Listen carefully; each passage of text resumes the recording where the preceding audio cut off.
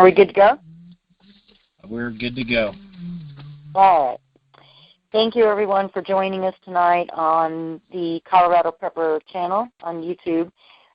This is Exiting Babylon and Status Correction. And tonight we're doing like a roundtable discussion to let others come in and just talk about and ask questions of each other about what they have done to correct their status, what it means. And so with that, I'm going to just open up the floor here for anyone that would like to jump in. I've invited MJ on the call, and I know many invitations went out. I thought that it would be really wonderful to hear from MJ tonight and see what she's up to. And then Pamela is going to give us information and share with us. And so I'm anticipating this is going to be a great call. And with that, I yield and open up the floor to anyone that would like to go ahead and jump in.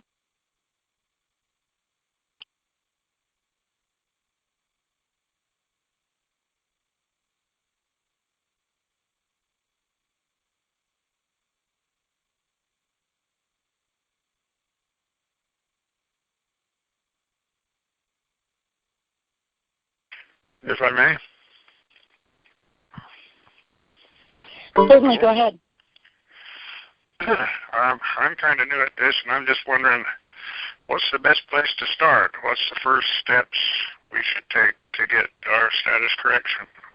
I yield. Well, I think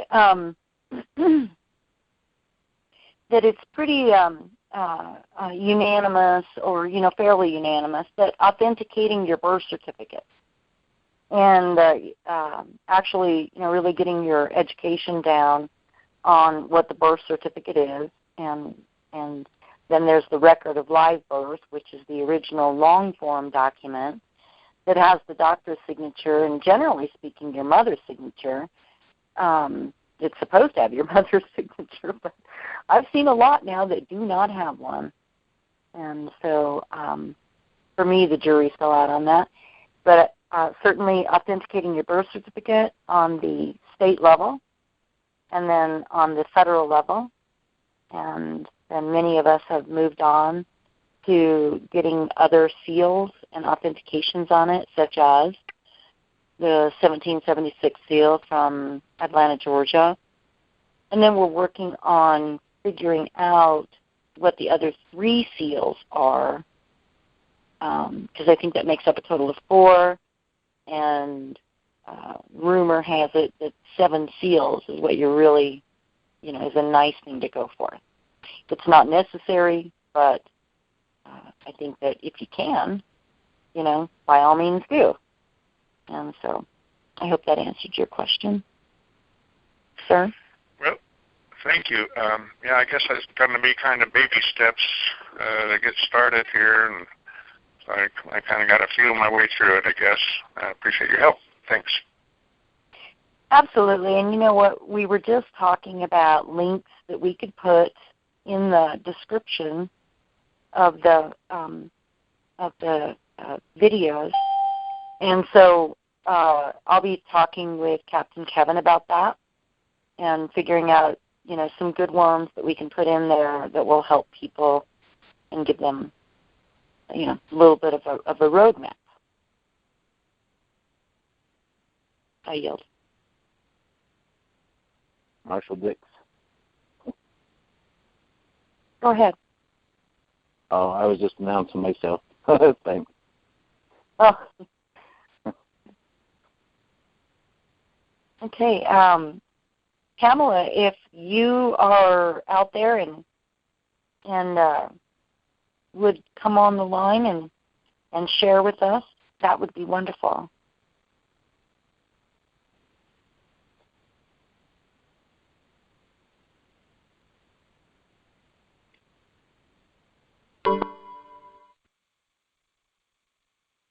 Well, are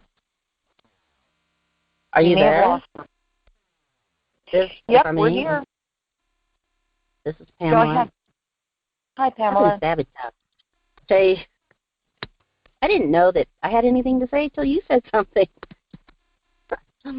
Husbands are great, aren't they? Well, you were volunteered for that. I did. I think I got volunteered. I got volunteered too, so welcome to the Getting Volunteered Club. Well, and I was going to try to look up some scriptures. This has been, I haven't slept in 2 years over this, finding some closures and praying about it. What I found out is my journey, it started with, I heard a comment about the straw man. And I thought, that's a bunch of baloney. And I went looking and searching, and I got, there's a lot out there, but it's just enough to get you in a lot of trouble. And they're like teasers, and then they'll sell you the other part, and I just wasn't ready to do that, so I kept searching, and like other things I've looked for the floodgates open. But what I didn't expect is to find out that this was also a spiritual journey. I mean, I have that relationship, but I never, before I went on this journey, I never felt, I say the legal world or the lawful world, and how that suddenly turned into how my spiritual walk with my Messiah manifests itself in on the earth.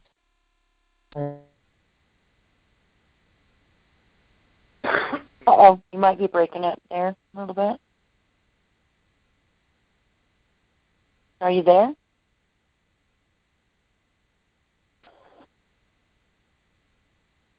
Hello? Happening to me is finding it. There's a next step in manifesting that in my propinquity and in that world around me and standing in it. And Pamela? that language. Yeah? For some reason, Pamela, you faded out completely. I couldn't hear you at all, and I don't know if anybody else could, but certainly, I couldn't hear what you were saying. So if you can go back like a minute or so. Hear me.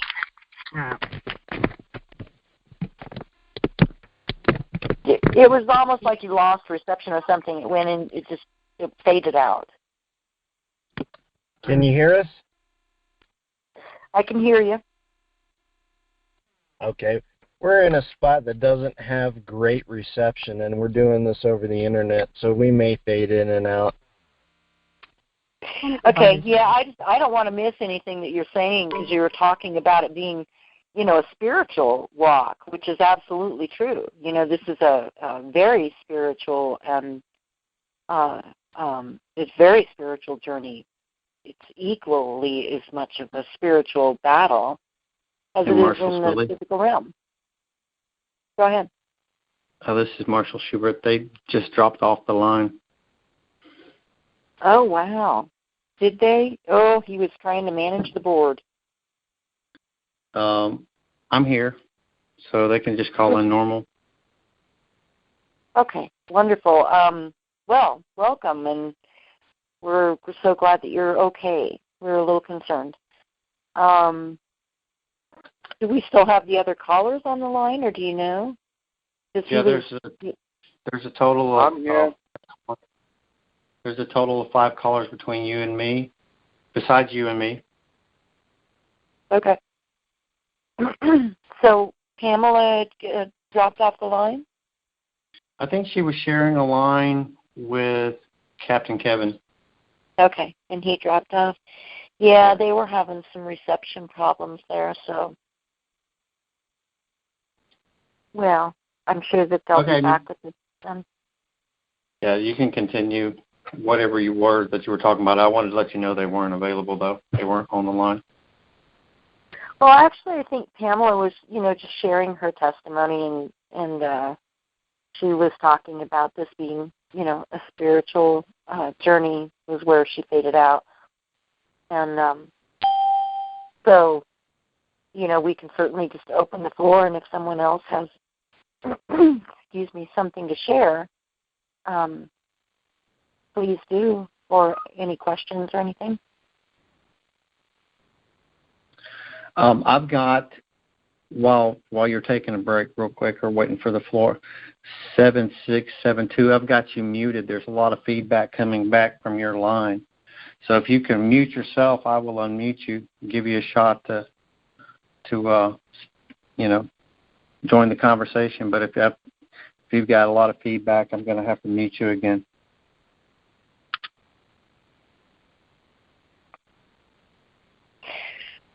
Okay. Well, I thought that was that was a good thing that Pamela was bringing out, and I'm anxious to hear the rest of her story there. This is, as I said, it's as much of a spiritual journey or battle as it is in the physical realm. So while we're fighting these forces, it's all on a spiritual level too, and that requires us to pay close attention to what's going on, and if I may, to move with good intent. And certainly, go ahead. Yeah, this is Judge Johnson on Colorado Springs. You're absolutely correct. The history of this country is replete with the effort of bringing physical solutions that never truly work to spiritual problems.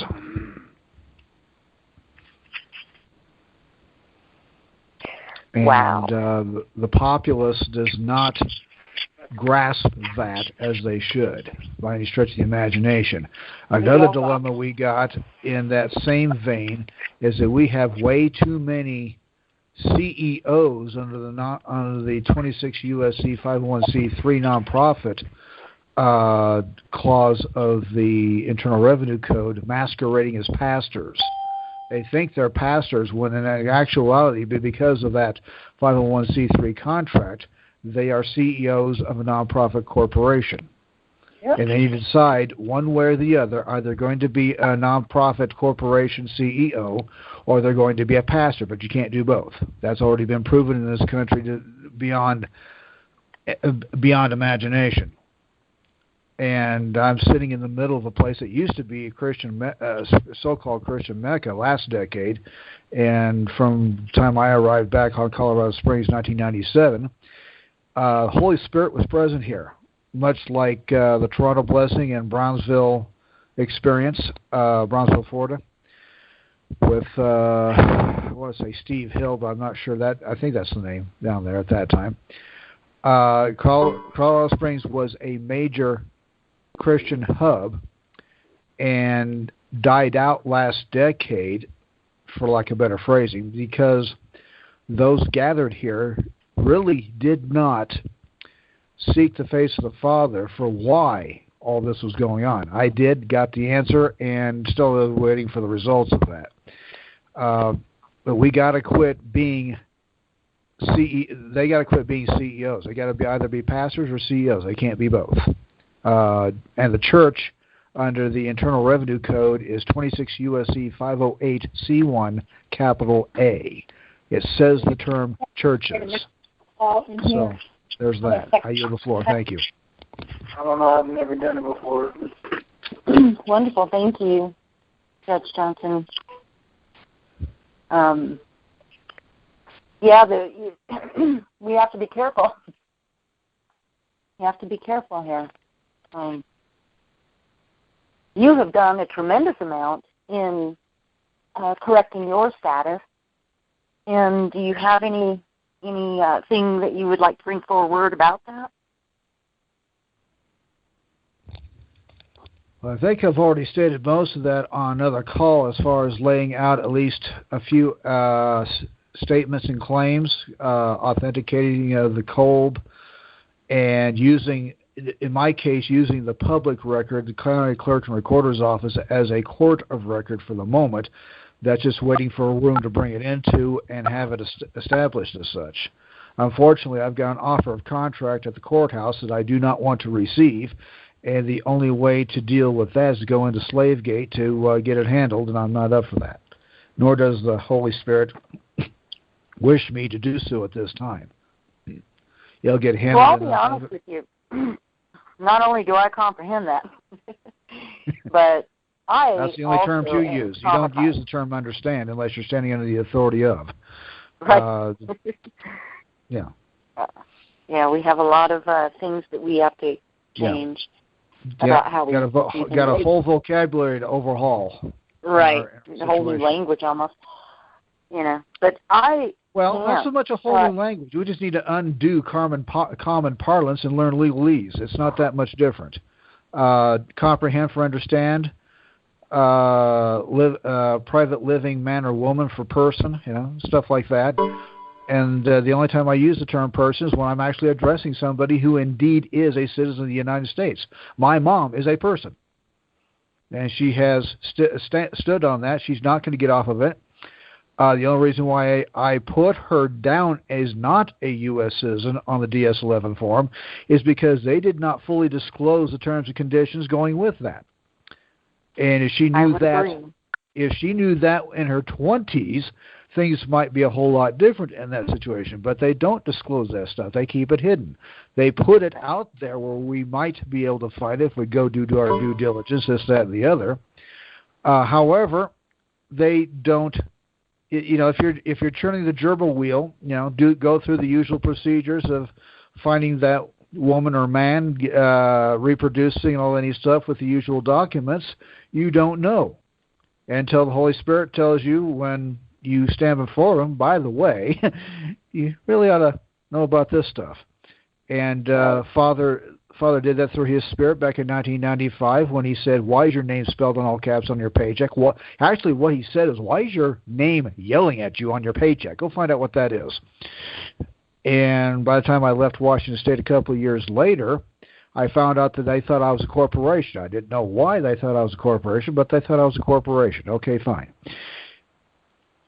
Many, many years later, almost 2 decades, I now know who, what, when, how, where, why, and all that neat stuff. And have done many documents. I've got a folder full over here of paperwork between the county clerk and recorder's office, original documents and other things, that establish me as a legally, lawfully living man.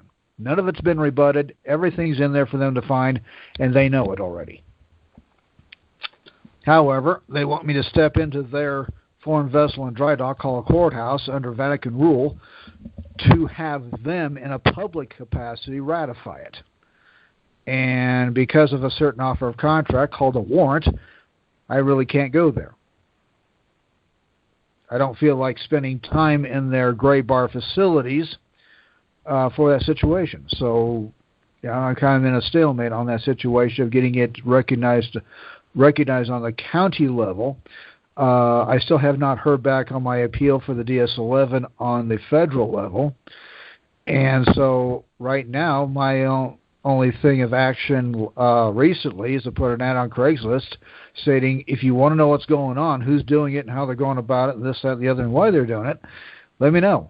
And left an email on there, put it in the lesson and tutoring department on Craigslist, and have gone from there and looking forward to responses in the name of Yeshua. And with that, again, I yield the floor. Thank you, Justice Johnson, again. I have been just swimming in so many different documents and stuff that oftentimes I'm not sure where I get them or who sent them to me or whatever. But I have one here that is addressed to Rex Tillerson, and this is all about the DS-11 and the correct passport, which is what we're looking for, right? I mean, doesn't that DS-11 passport... Mine was an appeal on the decision of the passport agency on Portsmouth, New Hampshire, for the passport card. They said, they were requesting me to have a valid form of picture identification. Okay. Since I'm applying for the non-citizen national side of the equation, a valid form is a contract with the municipal corporation. It's under their authority. That's not where I'm going with this. I'm establishing that I'm not under that situation and going after the non-citizen national, which is their recognition of me Correct. not being a citizen of the United States. That's what So this that being the document case- is. Yeah. Okay, so that's what this document is, which is it appears to me to be an excellent, excellent document. I'll email you a copy. Okay. Please do. Thanks. Yes, I yield the floor. it's what I'm doing right now. So I would, hope to have it done maybe tomorrow. It is a little bit of work. Okay, so I'll forewarn you ahead of time. Again? Like you're going to make a call? And there's someone in the background. You might want to mute your phone. There's a lot of background noise coming in. So if you would please mute your phone, and then let me know when you want to come in. Hopefully Pamela is back and can continue sharing her testimony with us. Pamela, are you there?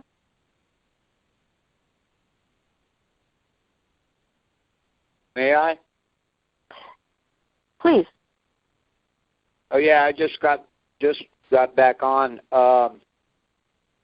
The document you just referred to, what was the name of that? Well, I don't have a name to it. It's a document. It's really kind of a letter with exhibits to Rex Tillerson, Secretary of State, and this is regarding the DS-11. And it's packed with all of the information, as far as why you're not a U.S. citizen and, why you're a non-citizen national. There's included with it a questionnaire that I'm doing. It's an FS 581 form. It's a questionnaire determining U.S. citizenship.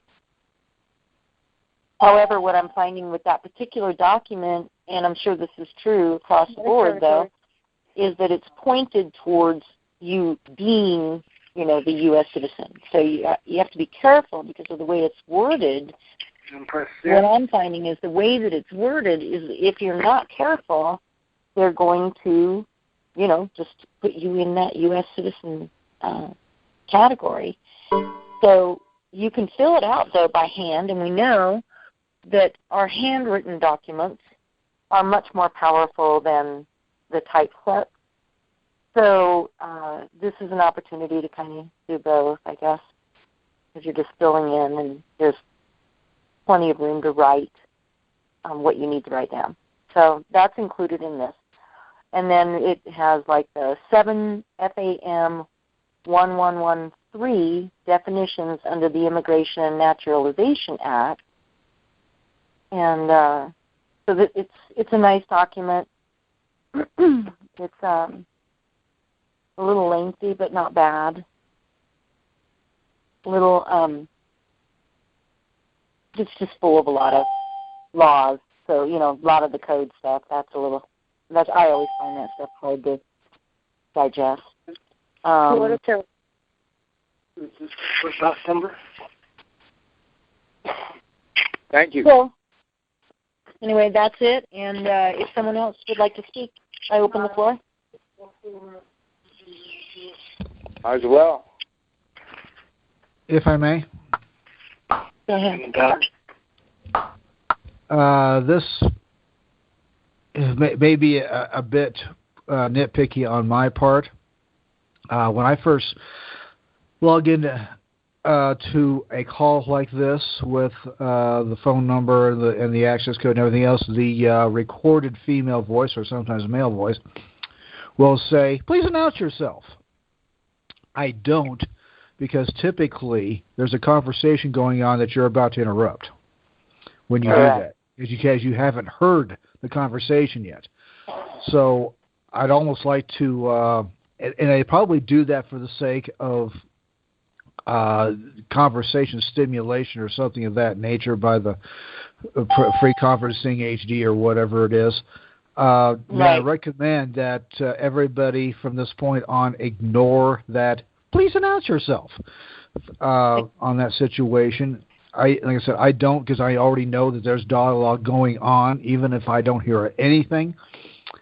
I will then maybe voice up and say hi or something like that. But typically there's something always going on at the point I get in, so I typically ignore that. And because of that, other people doing so anyway, somebody says, John here, and it interrupts the flow.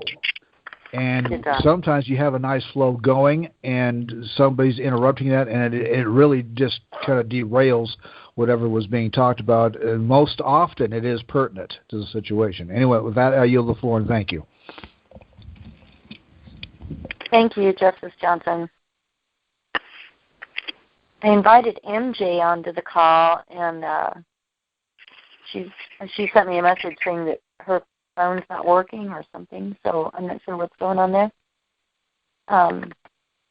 But if anyone has any questions or comments or anything, please feel free to jump in. This is a round table tonight. If I may. Go ahead. Schubert here. I've been doing a little bit of understanding about the whole, and correct me, I know that some of you guys have a better understanding, but it seems to be that the crux of the problem is the Social Security card. So what do you think? Everything that I've been reading, even from other countries, Florida territory. The Social Security card or Social Insurance card is the booger.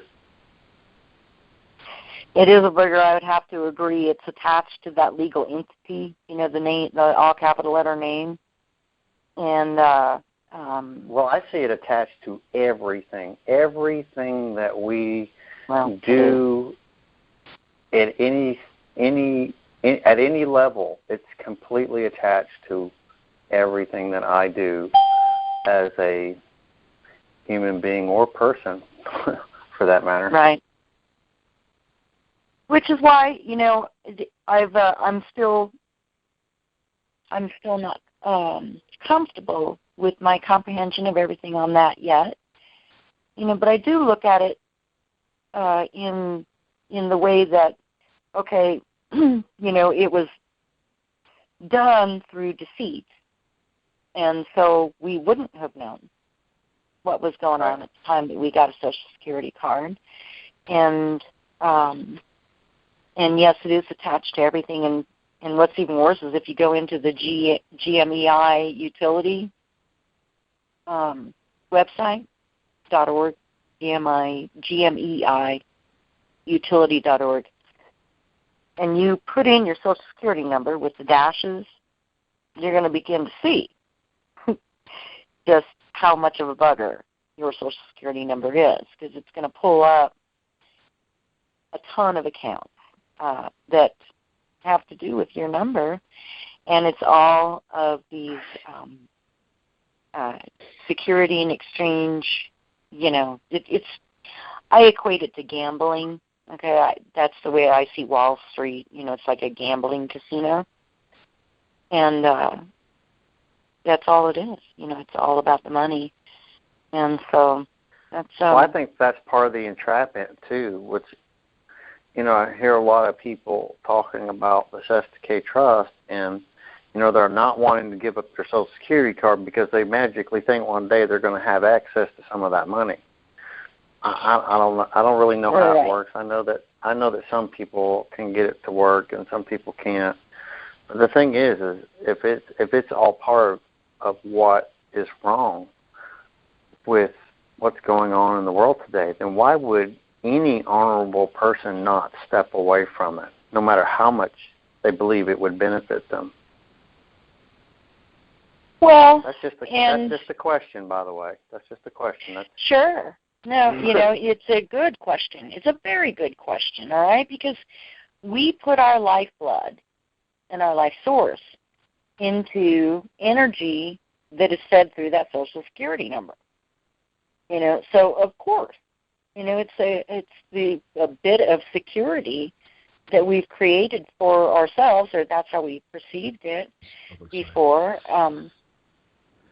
I don't know exactly how that should work. I'm consulting with many people right now about that, as a matter of fact. What is the proper way to deal with that? Do you cancel it out? I mean, because we have the right to go through and cancel everything that has ever taken place. Is that going to leave you out, though, in the cold where now you have access to nothing? I don't know. I'm not sure how that works. Well, I know that with the, hold on just a second, I know that with some of the other corrected status programs, what you're doing is when you correct your status, you're actually saying, I do not want anything from you, and you don't want anything from me. We're going to shake hands and step away from this.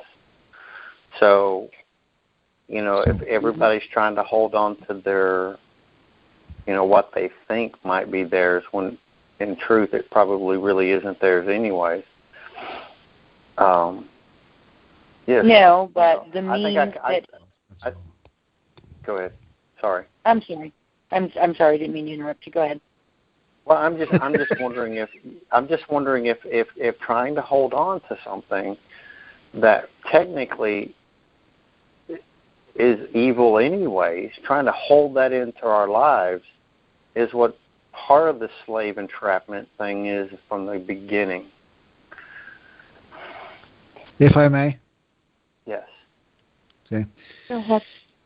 Marshall Schubert, I've got one question for you on that. Is there a righteous system of governance and commerce on the planet today?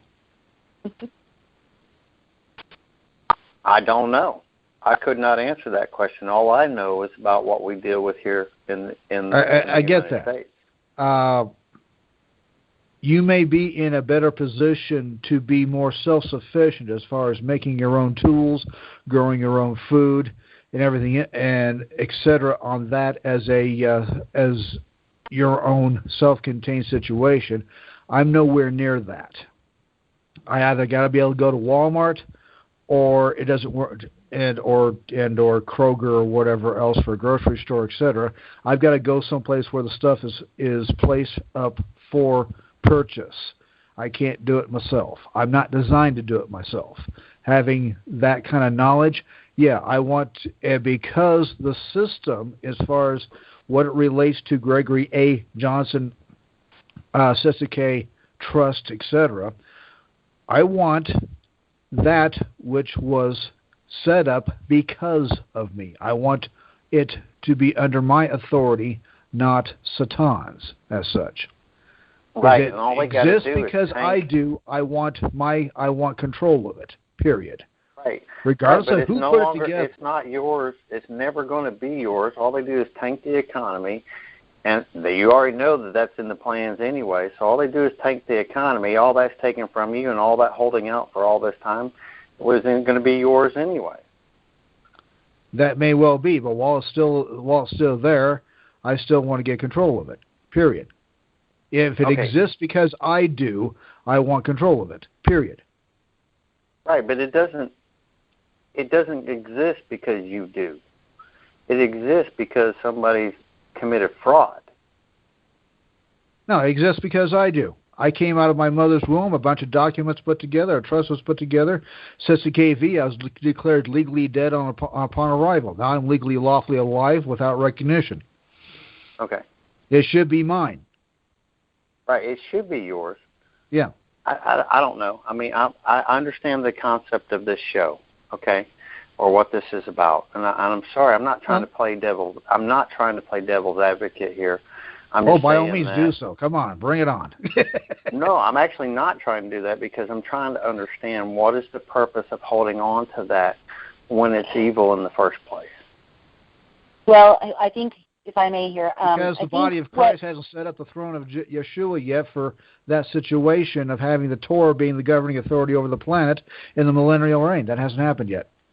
You just completely lost me. Many of us, I don't think that there's many out there that can totally go off the grid and not use the public. Thank you.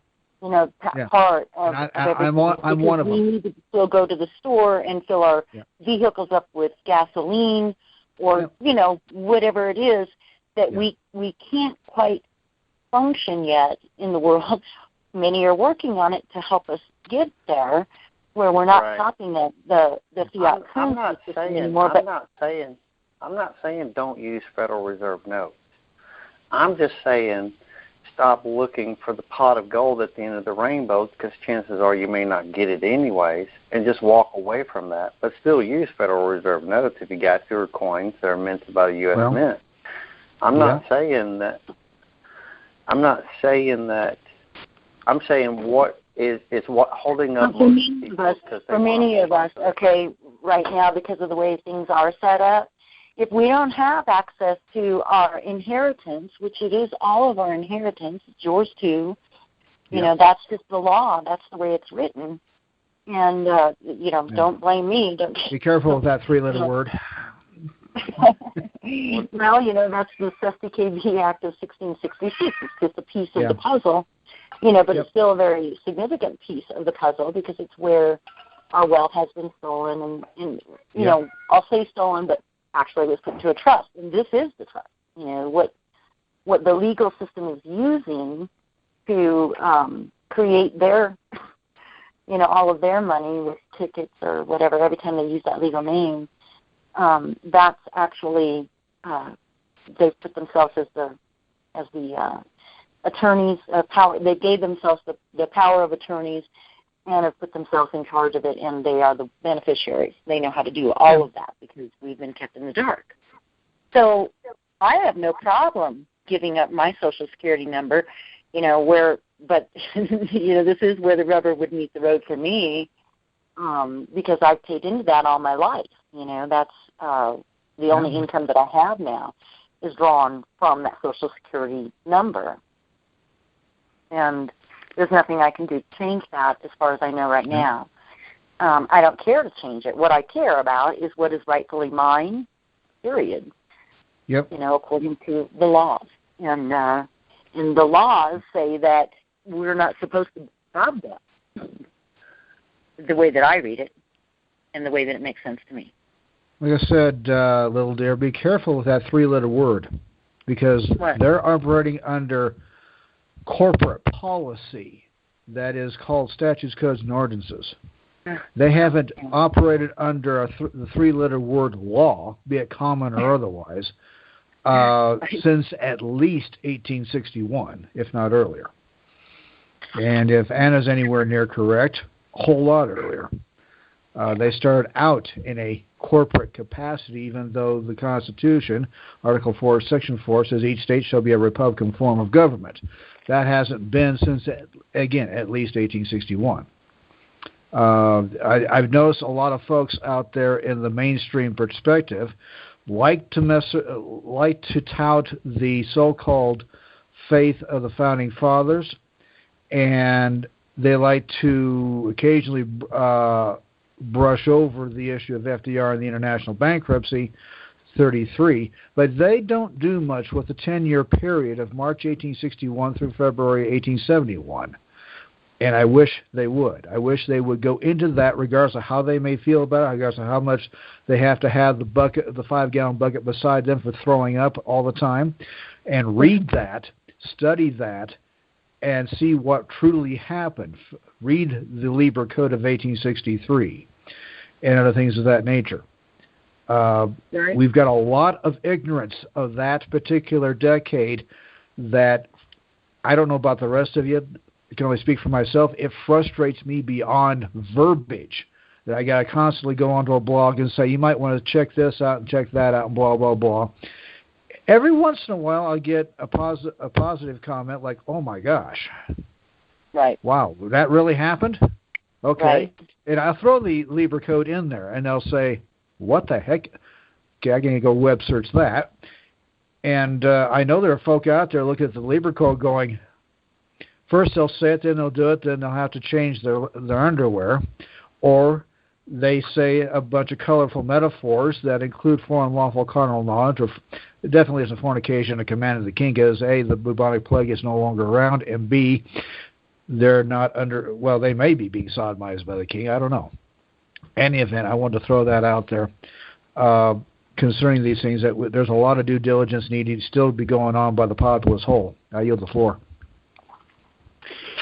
Thank you, Justice Johnson. Yeah, there's certainly a lot to absorb here with all of the different things, as we're progressing through, or the way that I see, myself is I'm progressing through. I see this as a process, okay? So anybody that thinks they can just give up everything, overnight, if you know a way to do that, let me know. If you can just walk away from everything. But I personally can't. And sometimes envy those that can, that have nothing. So it's easy.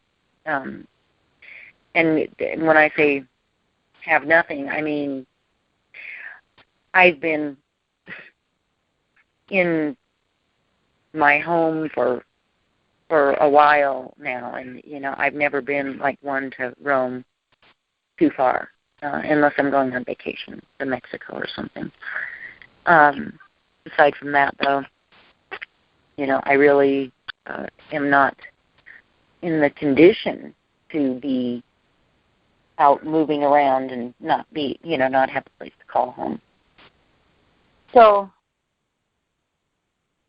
I'm fighting with everything that I have here against all odds, probably. May I? Sure. Yo. Go ahead. Santa Claus in Cincinnati. When you say nothing, do you mean like a homeless vagabond? Yes. Or a beach bum? Well, not exactly. I do know some people that will not operate in commerce, period, 100%. I mean, they have taken that stance, like Schubert had mentioned, and they're happy about it. But it is not it's not as though they have a perfect situation. They're still reliant on those that are in the system to be able to provide the needs. Now, people can get real stubborn and say, I'll go live out in the woods in a cave. And I've seen that kind of thing before. But I'm not there, is what I'm saying. I can't do that. I know that I wouldn't be able to go live, in a cave or be homeless. I'm too old myself. I spent too many of the good years of my life, working my ass off to do what I thought at the time was right because of what was going on with our country. And after 9/11, we were ordered by President Bush Jr. to do investments and do our thing, and my ex-husband and I were just starting to get involved in that, and I wanted to pull back after 9/11. I didn't think that things looked calm at all. They didn't look to me like a good time to move forward, but between Bush and my husband, I lost that battle, and we ended up investing and going into huge debts, which was supposed to increase our net worth. But the truth is that I spent 15 years slaving, doing that to prop up the economy, which I thought at the time was for the betterment of everybody. And come to find out it was for the betterment of the bankers who took all the money. So they will take everything, They will take your kids. They will take your property. They will take your wealth. And they have no problem doing that. That's just the world that we live in today, right? Mm-hmm. I have a hard time understanding you. Does anybody else? Maybe not. Maybe it's my old ears. It's almost like your voice cracks once in a while. And well, I'm in the mountains, and I know my reception isn't real good here either. But I was thinking I might have to get a microphone of some type to do these calls. Well, apparently nobody else is having a problem. Well, there's if I may on that. Yeah. Go ahead. Typically, if you're using a cell phone to call into the program, or even possibly a landline, which is definitely more expensive, you're going to have lesser quality because the voltage, amperage, and overall electrical feed on that is lesser than you're doing it with what I've got going on, which is my tower Skype program and a subscription. I can hear everybody quite clearly, including any background noise going on. And I'm talking to you through a Radio Shack headset that I bought back about 2000 that was set up to plug into the motherboard of the computer as a separate situation between the microphone and the actual earphones of the headset. I listen to everybody on my computer speakers. That's also the reason why I'm usually muted out, because there's feedback through that if I leave it unmuted, because I don't necessarily have the microphone in front of me at all times anyway. So if you're listening on your phone, you're going to have a harder time. And I yield the floor with that. All right. Thank you. Well, I can hear you fine, Greg.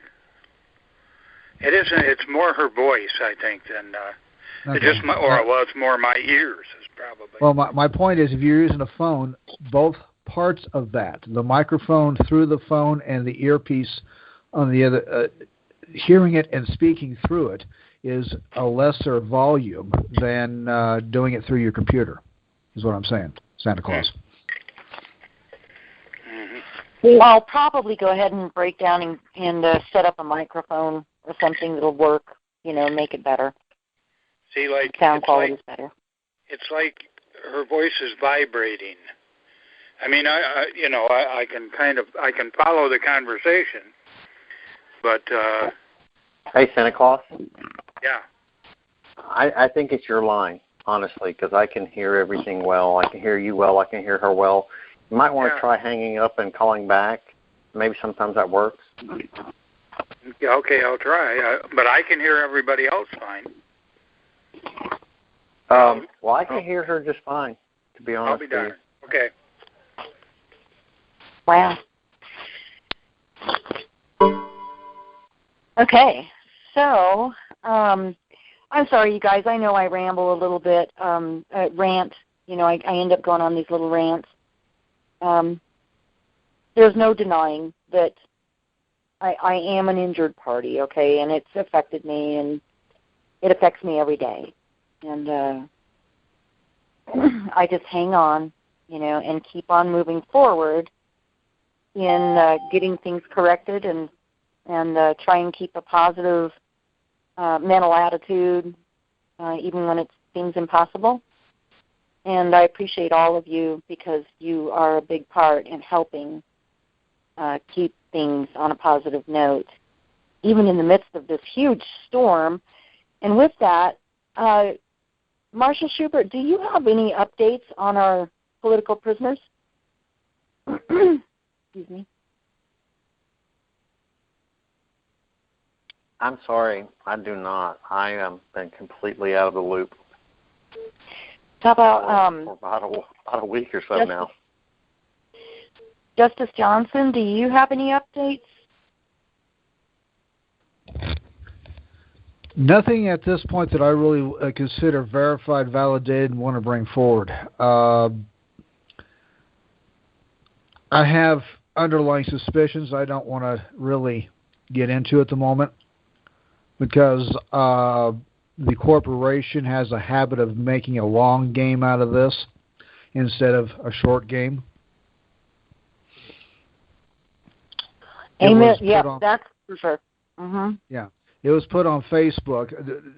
I'm sure you remember Judge Doucette making his testimony that when he and Judge Byfield went into the courthouse for the first time on getting you ready to arrest the judge and all that neat stuff as the Holy Spirit led him to, that he got put into holding for about half an hour. That's a long time to read and study an oath. That's a long time to do a lot of things that the sheriff's deputy took it before a judge who apparently did have a grasp of common law. But still, it's 30 to 45 minutes is a long time to consult with others, get a conference call going of other folk at that level, and make a decision on things. And decided that they really couldn't hold them at that moment, but the plan was put into motion to figure out how to shut this down and take the heads of this resistance, as it were, out of the equation for a length of time, and hopefully the rest of it would die off. And I am seeing some of that. The number of callers on the Wednesday night judges, marshals, grand jury administrators call of the de jure positions is not as many as it was, because people do end up in fear. Father's blessed me that there's only really certain parts of fear I definitely deal with, and that's the physical encounters with the municipal agents as opposed to anything else. I don't need any. Another dilemma you have with me is I'm not that great of a recruiter. I don't organize well. I'm a very reluctant leader. I only step into something if I'm asked to and nobody else is doing it, or if I see a hole and I know the Holy Spirit is saying, step into that now, I tend to, need to obey that command or else. I don't like disobeying my Heavenly Father. It doesn't work out well for me. Aside from that, I don't like leading.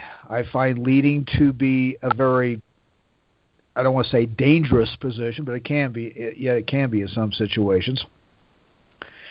And I'm the kind of guy I like to sit in the back of the room and observe. There was a day when I used to sit in the front of the room because I wanted to absorb what was going on. Well, I've done about all the absorbing I can really manage. Right now, I'm trying to figure out who I can discuss with things of a nature that aren't going on in the meeting of wherever I'm at the particular time. So I generally sit in the back of the room and looking around and seeing who is reacting in this way or that way or blah, blah, blah. As for our 8 here on Colorado, the only thing I know is that I know about it is that 4 of them have quote-unquote lawyered up, 4 have not, and Doucette, Byfield, Nolte, and one other that name escapes me at the moment. Let me see if I can find that little piece of paper here. Yeah, well, that's not it. There it is. And Harlan Smith have not. Doucette, Byfield, Harlan Smith, and Stephen Nolte are no on the on lowering up. Caulfield, Brian, whatever his last, I think it's Blaylock, but I'm not sure. Lawrence Goodman and Janice Blease all went went to get assistance of counsel, as it were. I would expect the reason why they have moved Byfield all over the place is because that guy is a walking encyclopedia. The last thing you want is a walking encyclopedia with a mouth to be saying what's in his head. So if you move him from here to here to here to here, and he's talking to and he's telling the deputies telling them the truth, most deputies tend to ignore all that. They tend to turn it off. They tend to just ignore what's being said. However, if you get within earshot of that, you're going to say, that guy knows something. So they don't want him in any one place at any length of time because he'll end up getting people turned towards facts, truth, and other things. They'll start looking stuff up, and they'll start losing slaves. Right. Doucette, on the other hand, is the kind of guy that will just lay it out there as such if given the opportunity. He's not much of a dialoguer if you don't get him started. Byfield, on the other hand, if you get him started, you have a download for a week. Except on the conference calls, I've noticed that. But the times I've spent time with him when we were doing the constituting grand juries, Byfield was a rattlebox in some ways. And it was like, wow, okay, hold up. I need to go back home, get my digital recorder and record this because my brain, as much as it is a digital recorder, ain't going to hold all this.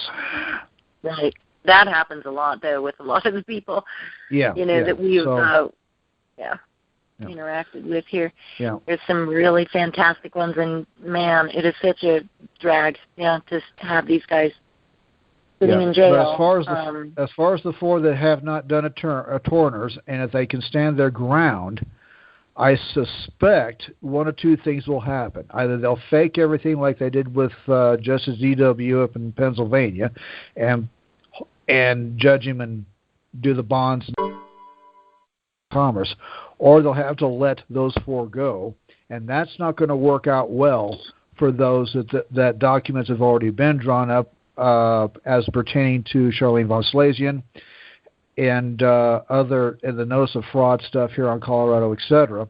That's not going to go well for the corporate folks. So they're going to try to figure out a way to get these guys to stay behind bars for a long period, one way or another. Yeah. And if they fake it too hard, they're going to end up with a reaction they're not going to like. I would suspect so. There's a lot of. So they've got to be very careful how they go about this, because I don't want 10,000 people to show up at the jail saying, "Look, either you let these guys out, or we go back to our trucks and get our rifles and do it the hard way." And it's basically a one-upmanship game, physically, unfortunately, because like I said, we're a country replete with physical solutions to spiritual problems that don't work. And with that, if I may, I would really like to remind people that it's been well documented that the government has purchased enough ammunition to wipe us out in a heartbeat. Okay, we have. Yeah.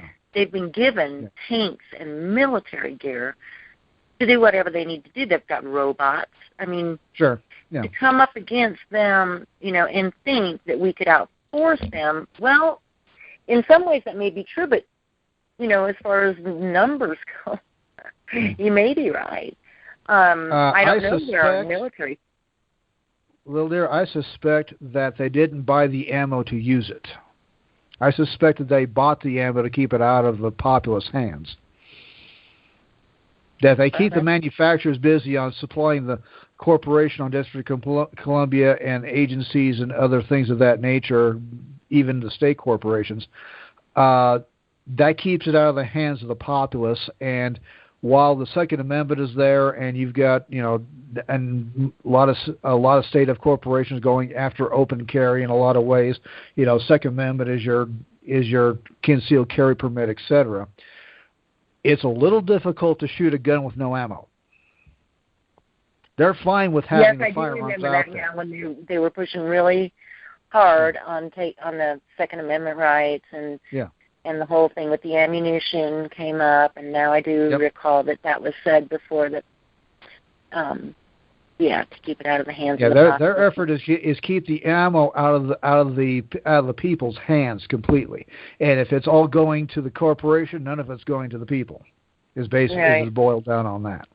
Yeah. That's my suspicion. They're not buying billions of rounds for the sake that they're going to load up clips and everything else and get busy on that. That may happen, and they have it there for that. But I think their first primary function was keep it out of the hands of the populace. Well, that makes it a little bit easier to swallow still, though. They have everything else. They've got the tanks, they've got the military gear, they've got the robots, and now they have the spy gear to be able to even spy through our walls. Sure. The 5G and network they can try and do that, and I don't care. That's out of my. That's for lack of better phrasing, above my pay grade. I have to trust the Holy Spirit protection on things that are way above me on that situation. Even the FBI or CIA listening to my voice is above my ability to control it. Right. Well, there is a point, where you do have to say, they can do that, so what? And move forward anyway, because we are just doing what we're supposed to be doing, and we're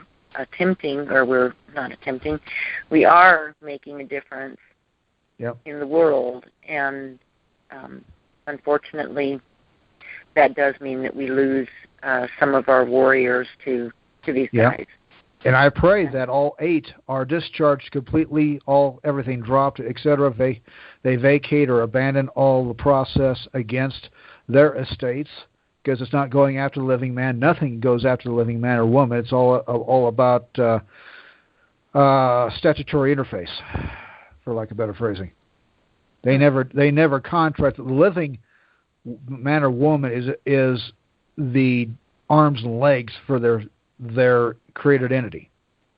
That they put your label on it. That's the reason why I want it, is because it's there because I'm here.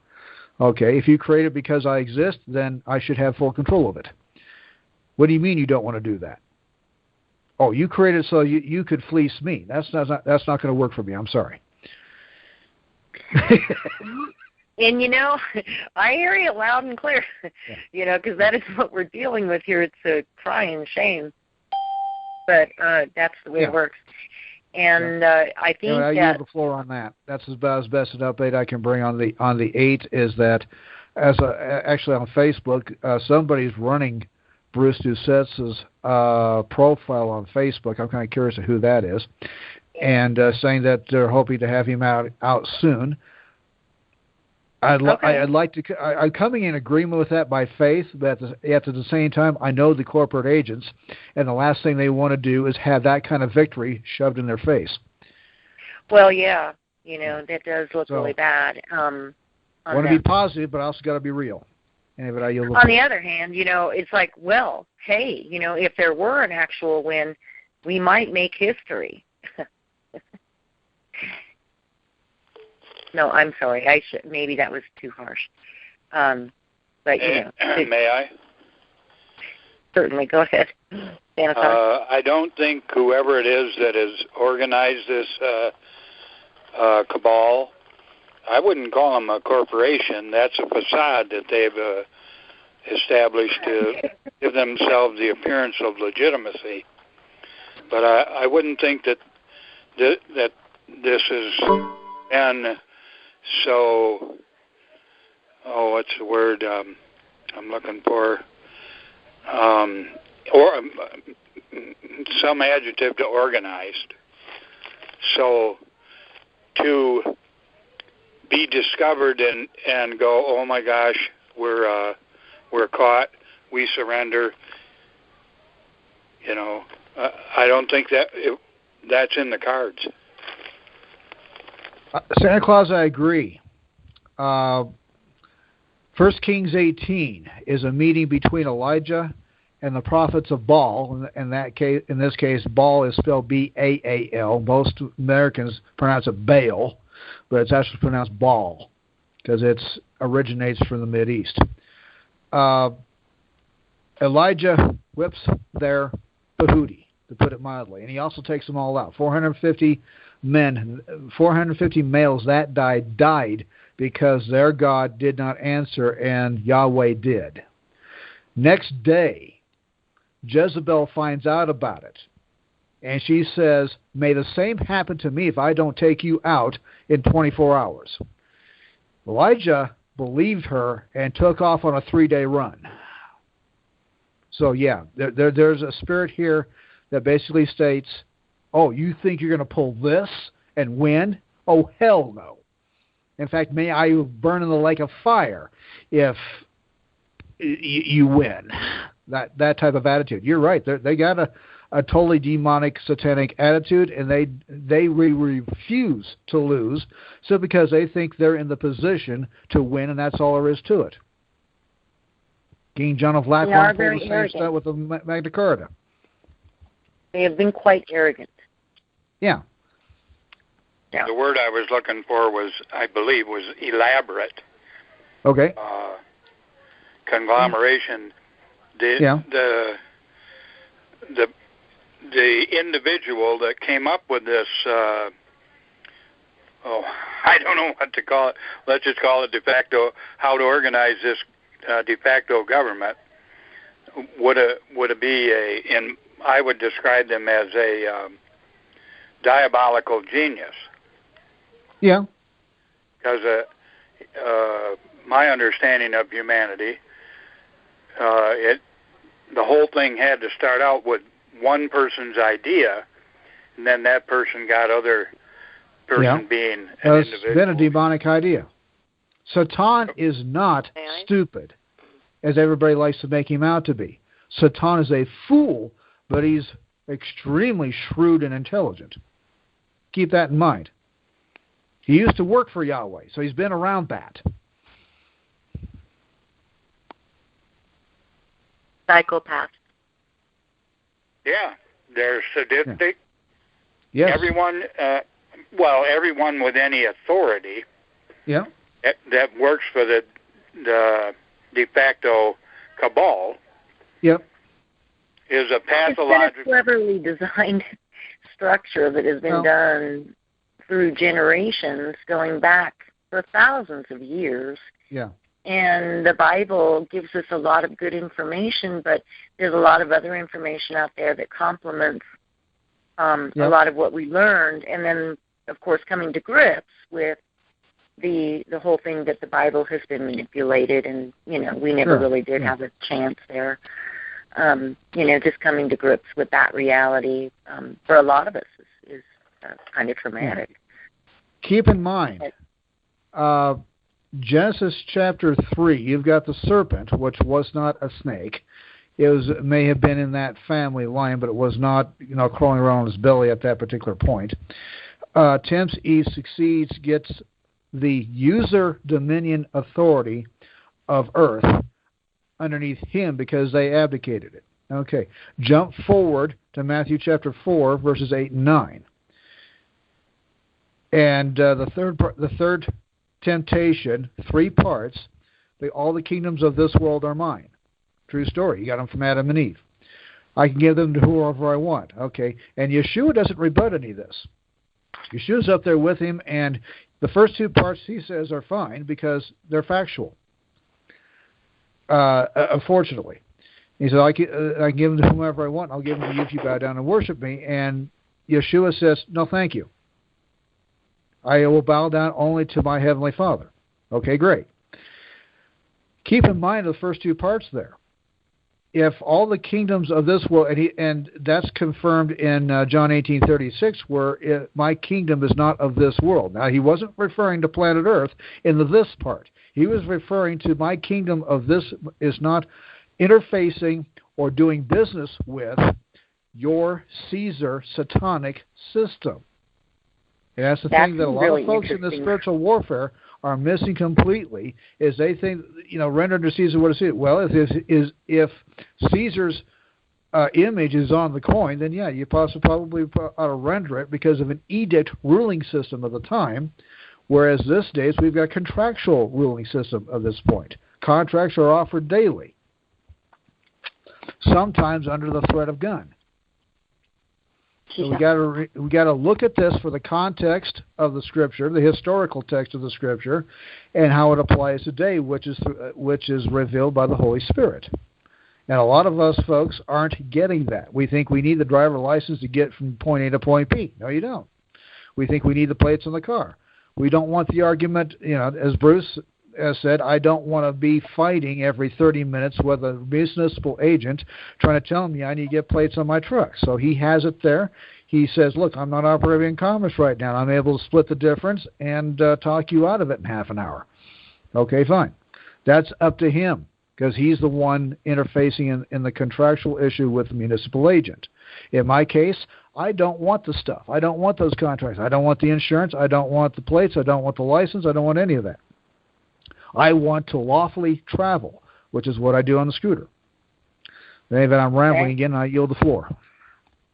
Oh, no, that was great. Because the whole thing about the right to travel and being being peaceful, moving about and not being an enemy combatant, sometimes it feels a little strange, like, am I trying to attract, are they going to get the impression that I'm trying to attract attention? A little bit nerve-wracking for me, but, I've been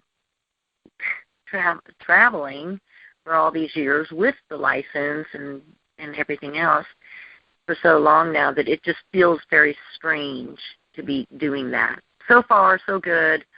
I haven't decided yet if I'm pulled over again, if I'm going to use the passport, believing that I don't have the right passport still, or the record of live birth is actually perhaps a good one, is what I'm picking up on too. But we do have to exercise our rights And to me, exercising your right to travel is a small way of stepping up and saying, I'm going to exercise my rights as a human, as a living woman, man. Nonetheless, the more that do this, the easier it'll be. And that's just one of the things. Someone, I think, asked for the floor a little bit ago. Yes, may I? Please, go ahead. No, I just wanted to comment on what you were saying, too. It's all about revenue, and this is why people are having a hard time with the officers and whomever. They don't want to lose that revenue. It's power and control for them. They lose that, they're going down. And I have another comment as far as ammunition goes. I do believe that they decrease their production and they increase the cost. That's just my comment. Anyways, I yield. Thank you. Thank you.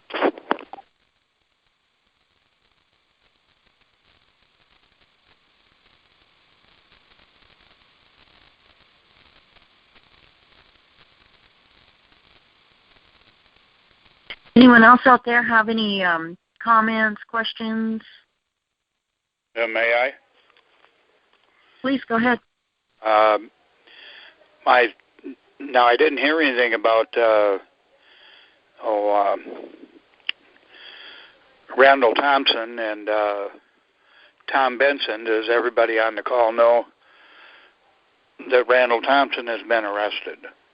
Quite a week ago or more now or something. A few days ago, Marshall Townsend, was arrested, and I heard that he was bonded out by someone that stepped up to the plate or something, and I don't know who or what, and haven't heard from him since I heard that he may have been released. I heard that he was released. Tom Benson, I have no news on him, no new news other than what was on the call on Thursday or Friday. There was a demand, a cease and desist demand, I think, put in by Chief Justice Michael Hamilton. And there's no news as far as I know on that. Nothing new other than that. People are working very hard, though, in the background. Many good people. So this would be, they've kind of called out the big dogs now, I think, as far as the people that know how to use the pen and have the power of the tongue. With every type of law there is. So we shall see how things go going forward. I hate the part of not knowing, how things are going. One of those times where it'd be nice to be a fly on the wall just to hear what they're saying with the things that are coming at them, because I know they're being hit with different things. I just don't know the details of any of it.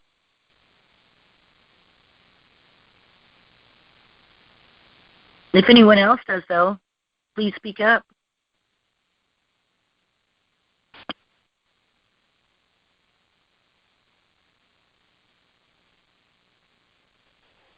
May I? Yes, go ahead.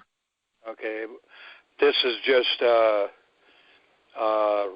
recent news. There's 19 people have been killed and around 50 injured in a concert explosion in Manchester, England today. It just happened. I don't. Does anybody else know about it? Yeah, I was reading that on MSN.com and Facebook, and apparently an Ariana Grande concert had a rascal in it, near as I could tell. Was that? It was an Ariana Grande. Ariana, yeah, former Disney star. Yeah, I know who she is. Okay. They're not saying that. Oh, there it is. Multiple fatalities at Ariana Grande concert. Yeah. That's the first time I've got Fox News on the tube. Muted out, but. Okay. I don't have TV anymore. I'm using MSN.com, Drudge Report, which is a bit more tabloidish, and Facebook predominantly is my news sources. I will drop in occasionally to Zero Hedge and Al Jazeera English, see what's going on the rest of the planet, and get some amusement that way. Yeah, it was an Ariana Grande concert in Manchester, and 19. They say 19 people. Yeah. As far as it being factual and not fake news or false flag or anything else of that nature, I can't say at this point. Oh boy, it doesn't look like it. They're sure going to. Well, they did that in Orlando with the nightclub shooting. Pardon?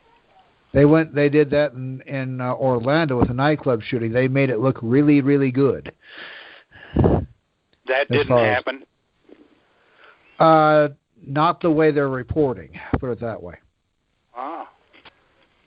Yeah, we got some really dynamite investigators that'll tear that stuff up in the next day. It'll be out as to whether or not, There are people out there who seem to think that it's their mission in life to tear apart public news official stories and figure out whether or not that's factual or not, and tend to take it from there. Few folk have torn Sandy Hook Department all apart to convince me that Sandy Hook did not happen the way they officially stated, to put it mildly. Not even close. Yeah, not even close. Yeah. Professor Dean puts out some great exposure videos on false flags and other things too, but yeah, he does a good job. Did Sandy Hook happen at all? I don't think so. I mean, I saw the actors going round and round in one door and out the other. It was a faked crisis, is what it was, Santa Claus. Yeah, well, Emilia, we heard about it, and so Emilia really got into looking into it, and she was convinced that it didn't even happen. Yeah, it didn't. I don't think so. Mm-mm. I don't think any children died there, and as soon as somebody shows me the physical proof of it, I'm not going to be buying the issue that any children died there. I think they did an excellent job at faking it very well, and they're getting better at that. Some crises on that level have been averted because where the government decided, where the folks running this show as a private contractor for the corporation put the ads to recruit folks is a little too obvious. One was supposed to happen in Denver last year and didn't because it got exposed. Yeah. Well, they were recruiting in Toronto for a Colorado false flag event, and it got canceled simply because the ad got around to other places, and people were saying, wait, what the heck's going on here with this? Somebody just entered in. May I? Go ahead. Go ahead. Yeah, you can never underestimate what the think tanks put together, and they will harm the people as opposed to what you might think they wouldn't do. I can give you a document to look for called Operation Northwood. I believe that's the name of it, and that was during John F. Kennedy's days, and something that the think tank during that time period was going to do, and it didn't matter if civilians got injured, and it was just amazing. I won't get into it right now, but you can find that on Public Intelligence on that website. There's a lot of declassified documents. Yeah. It's just mind-boggling what's out there. And I yield the floor. Thank you. Yep, right, exactly right. Exactly. Hold on a second. Exactly right on that. Operation Northwoods was one of the first publicly known operations that Kennedy said, "Oh hell no," and his Pentagon chief said, "Oh, we got one of those. We need to do something by getting rid of him." You had two because they wanted to do a false flag against Cuba. Well, real quick, most of all the things that you see that involve these guns are just designed to take your guns. Don't fall for it. Everything, almost, I cannot verify anything that's happened over the last few years as actually being real. Sandy Hook was closed for 4 years before that happened. You guys would understand that. Obama even released to the public that was not supposed to be released, which I know that it was just a tactic to take everybody's guns. But when the FBI said nobody died there, he was forced to speak up about it.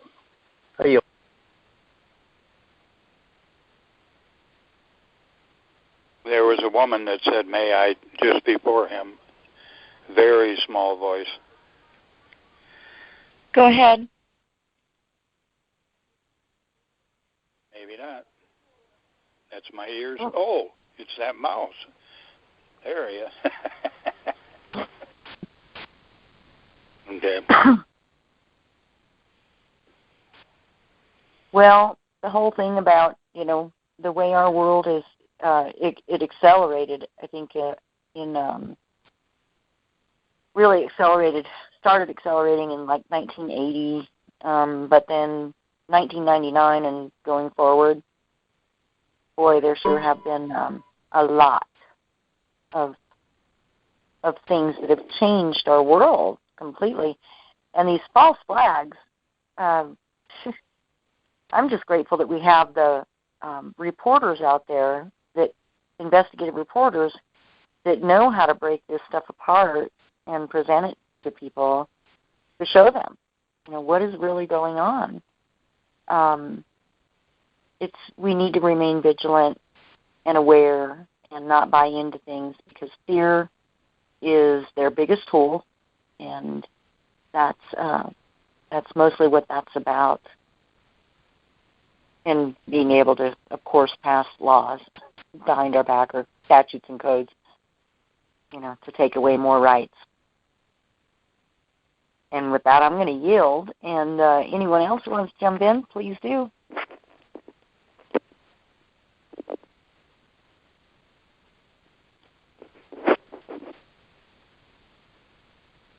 I don't know. I'm thinking maybe I'd like to go back to my blissful ignorance. I can't. Right? I can't. Say what? I said I can't. When, like Rocky Hudson said, once you learn the truth, you just can't go back. Yeah. I can't lie to myself that deeply. Yeah.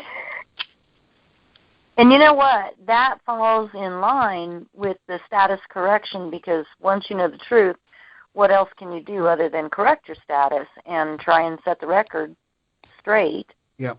And no doubt. And you can never go back, though, because in correcting your status, I do believe that part of the learning process is learning how to not prop up fraudulent systems such as the money system, the currency that is used now, mostly. And that's just another part of the learning process. I think that our wealth should be opened up to us, however, in a responsible manner. And that's one of the things that I see as being in a responsible manner. I don't know how that works. I don't know if it's with bills of exchange or what exactly, but I do know the answers are out there, and we're seeking them out, and we're learning.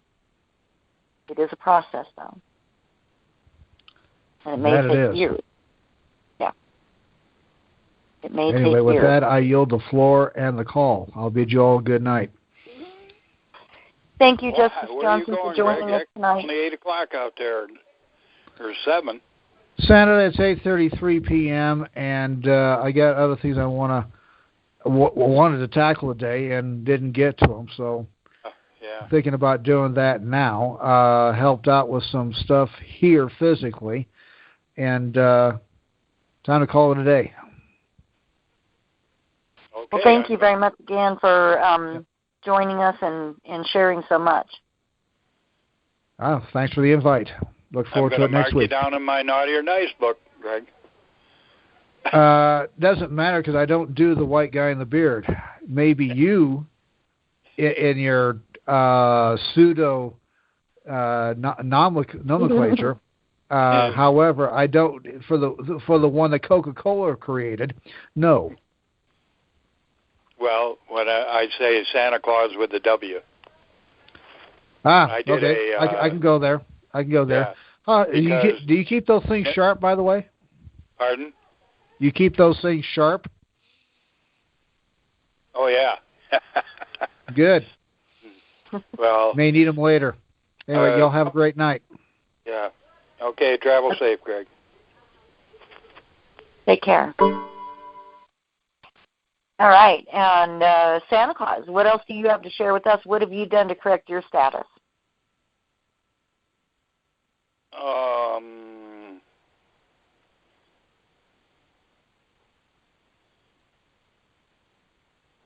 Nothing.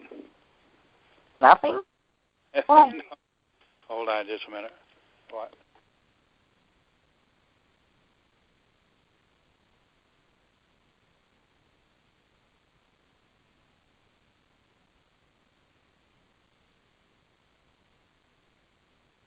Okay, well, anyone else? Actually, Marshall Schubert, what are your thoughts on everything?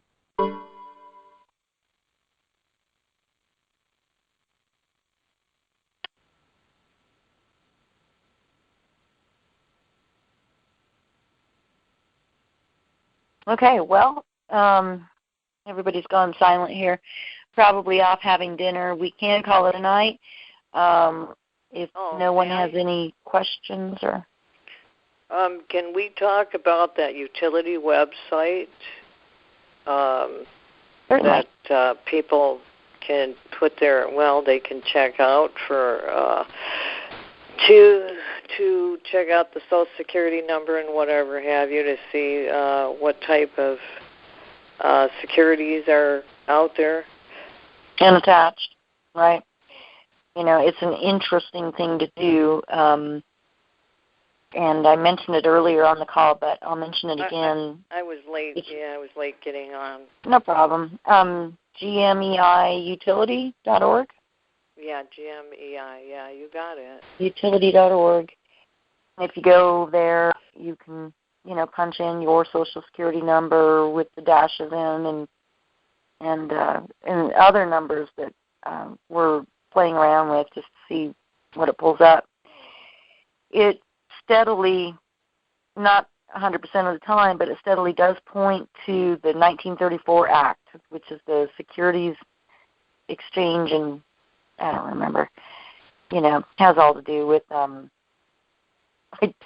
just equate it to the gambling casino, kind of environment for the banksters. And may I think one thing that everyone needs to know is, I believe when a deceased parent, sister, brother, whomever passes on, I think these things are still going on, all the fragmented securities created in the name of the corporation of their names, and it's just spinning money. I mean, we're talking past probably quadrillions of dollars here.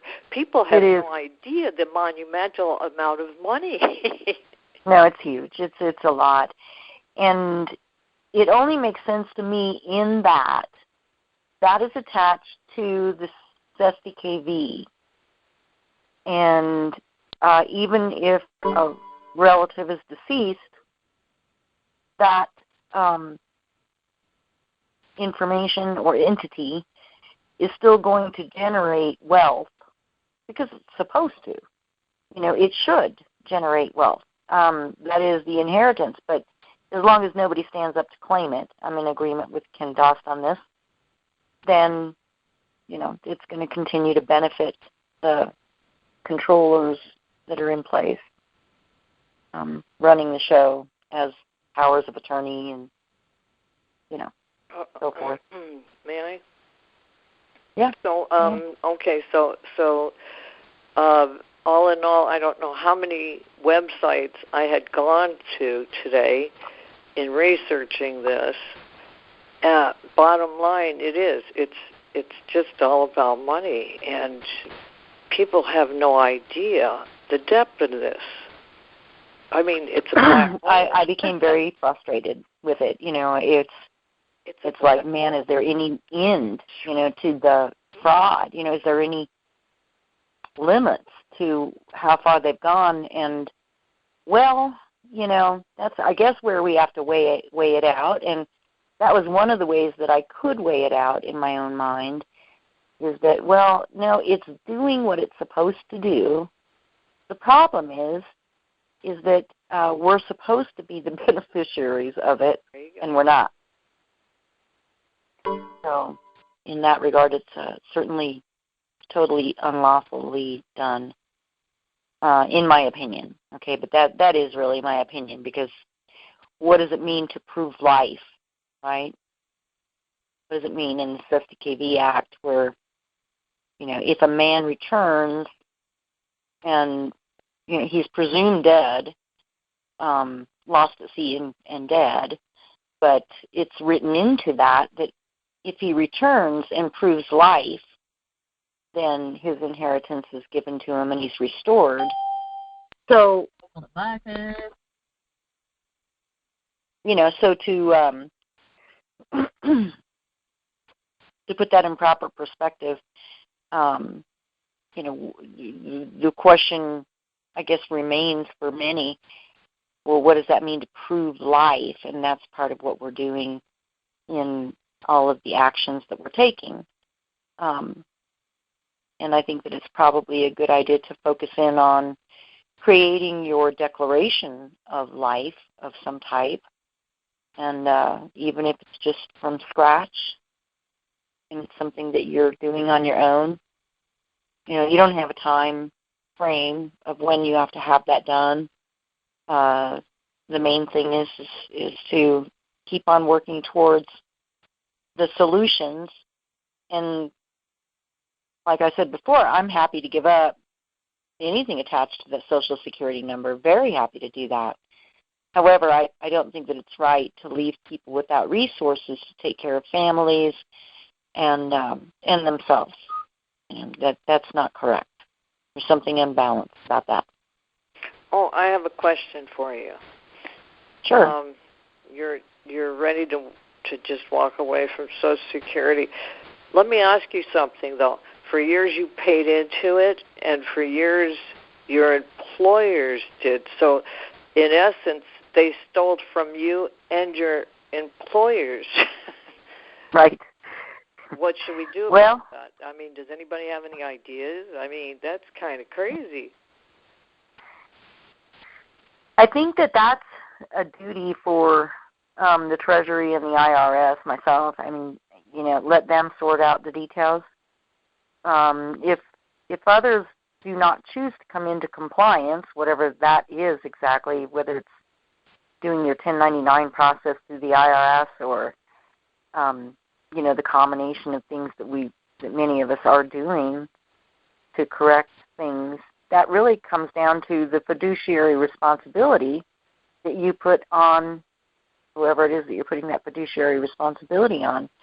And they're the professionals, not me, right? They know how to do the accounting, and they know what we're doing. So they know what they're supposed to do.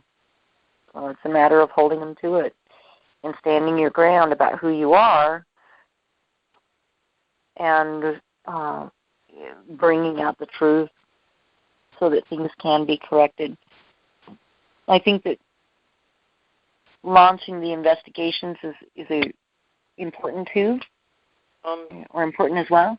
Wouldn't the national the national grand jury be doing something like that?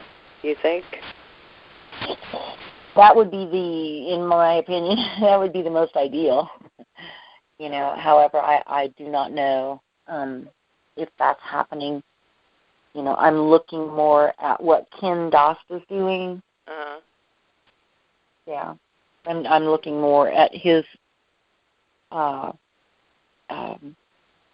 what he's doing, to launch these investigations because of the okay. The assault, these were assault. Okay, I gotcha there. I understand now where you're coming from.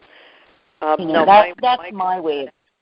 My concern, Marsha, was just the idea of everyone paying into an account and there's no accountability for it, and these people are just taking the money and walking away with it.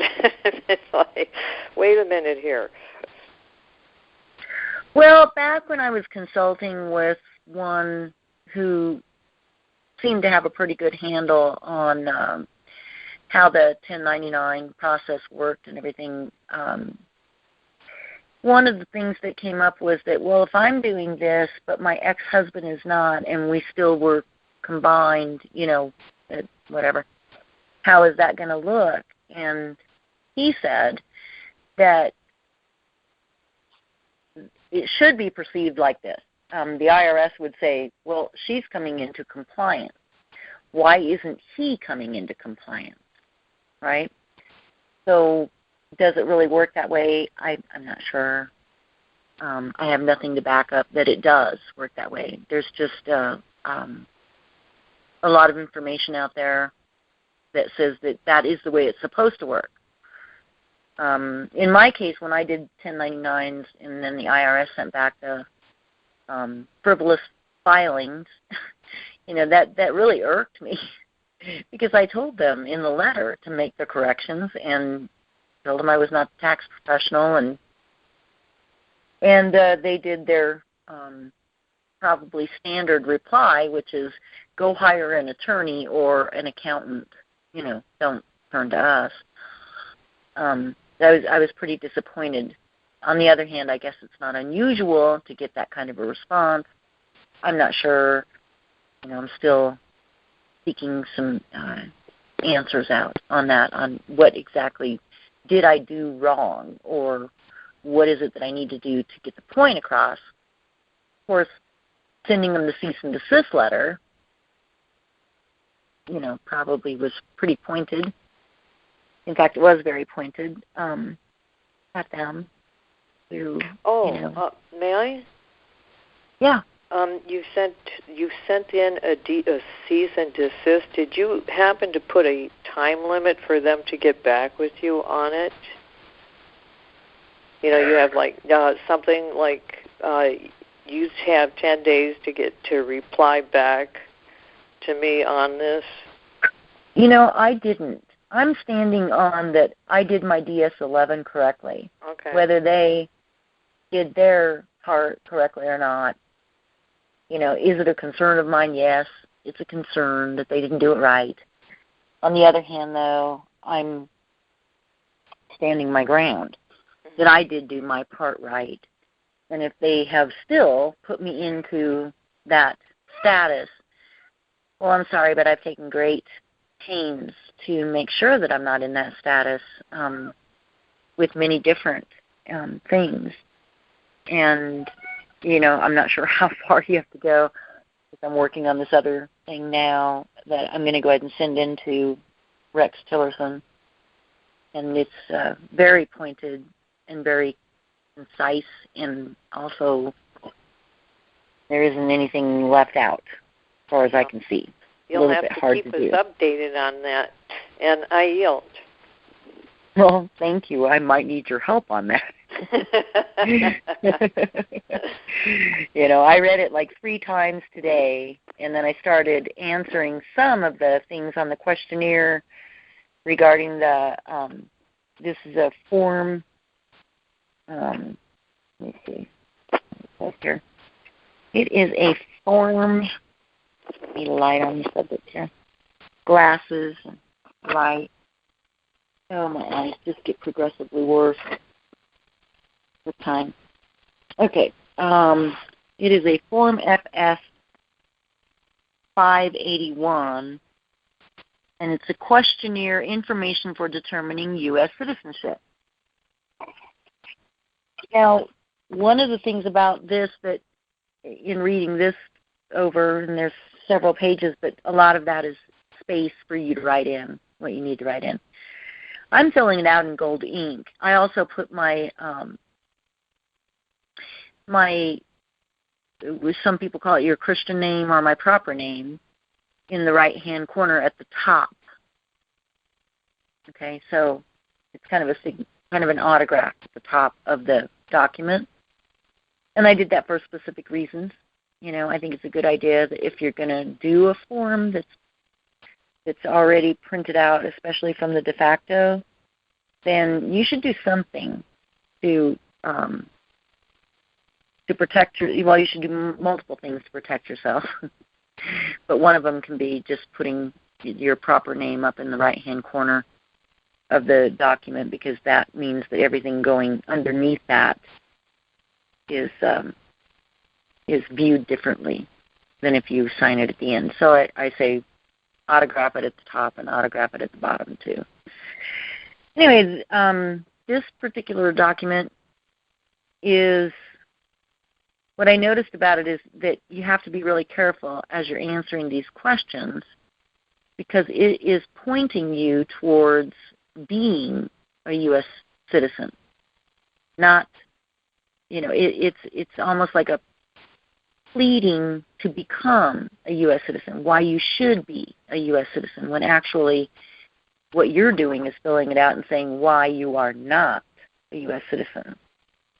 And in that regard, it makes it easier because there's plenty of places, or there's plenty of room to write in your responses to the questions. And so I encourage anybody to look at that, and that goes with the letter here that goes to Tillerson. They have down here a list of whoever created this document, and I don't know where it came from. Enclosures is a certified copy of certificate of naturalization by notary, or a certified copy of birth certificate certified with a notary stamp at the end of this letter. I will be happy to send this out to anyone that wants it. There's affidavit of oath of allegiance for citizenship or of non-U.S. citizen status, Department of State Form DS-11, and Social Security Administration Regulation on Citizenship Status, Program Operations Manual, Section RS 00204.105, available at, and then it's got an address here, website address. So anyway, it's got a list of things that you include with the letter, and then it goes through all of the different cases that have been tried, and case law trumps statutes and codes, I guess, anytime or all the time. So it's a good one. Anyway, anyone else on the call have anything to add, subtract, question? Otherwise, we can look at going ahead and calling it a night.